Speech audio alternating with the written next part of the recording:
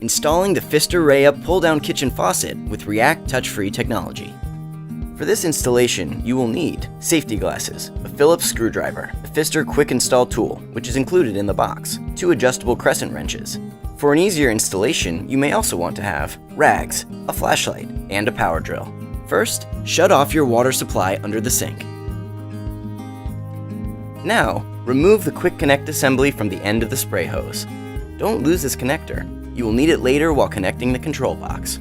Unscrew the hose guard and also save this for later. You will need it to install the faucet. Before we get started, check for sharp edges on and around the mounting holes of your sink to avoid puncturing the hoses during the installation. For easier threading, pull the spray head to retract the spray hose until only the metal piece is visible. If your sink has only one hole, feed the data cable, hoses, and faucet shank through the single post mounting ring, foam side down. The foam on the mounting ring creates the tight seal when it touches the countertop and eliminates the need for putty. Now, feed everything into the mounting hole of your sink.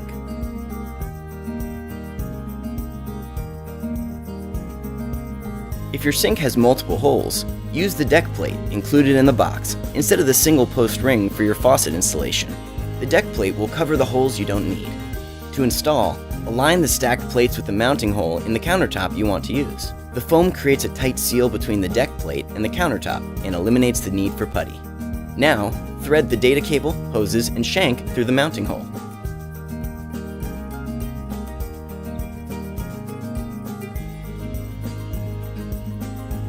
From underneath the sink, slide the horseshoe bracket bumpy side up onto the metal shank. Make sure the faucet is aligned with the sink before screwing the mounting nut onto the shank. Tighten with the provided quick install tool.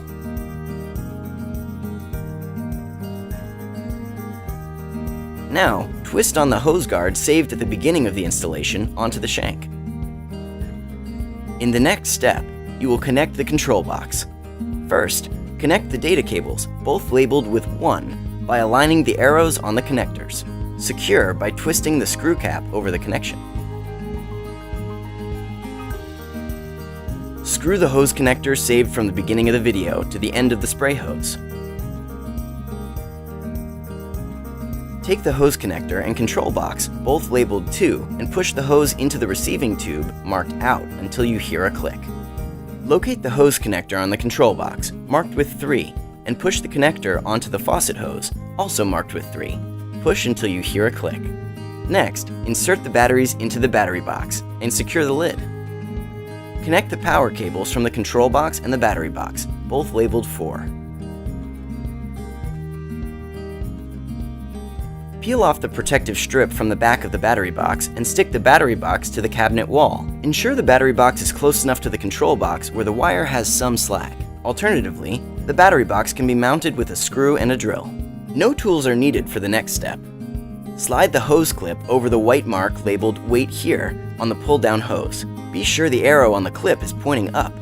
Then slide the weight over the hose clip from the top down. Before connecting the water supply lines, make sure that the rubber gasket is in the hose. Then, use adjustable wrenches to connect the water supply lines to the inlets. The hot water supply line is marked with a white tag and connects to the left inlet. The cold water supply line connects to the right inlet. To install your new soap dispenser, unscrew the wing nut from the pump mechanism. Then, insert the pump, including the ring with the foam seal, into the hole on the countertop. Go under the sink. Secure the soap pump to the sink by screwing on the wing nut, wing side down, to the shank of the soap pump. Then, remove the straw from the soap bottle before attaching the soap bottle onto the threaded shank. Return topside and pull out the pump before filling liquid soap into the opening. Insert the flat end of the straw into the end of the pumping mechanism before inserting the pump into the dispenser. On the first use, you may need to pump several times until soap is dispensed. Go back under the sink and turn on the hot and cold water valves. Make sure the water lines are not dripping or spraying any water. If you see any leaks, turn off the water and tighten the leaking connections. Avoid over-tightening, as this may cause damage to lines and connections. Return topside and unscrew the spray head.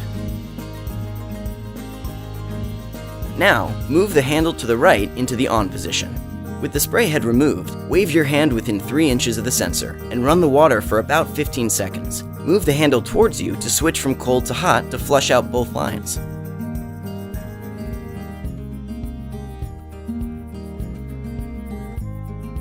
Screw the spray head back on.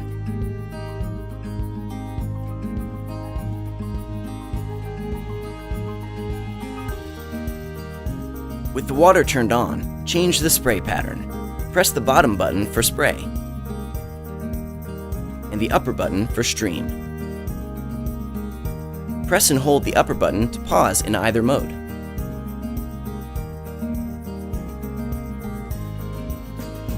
Now let's review how to operate your new faucet. Move the handle to the right into the open position.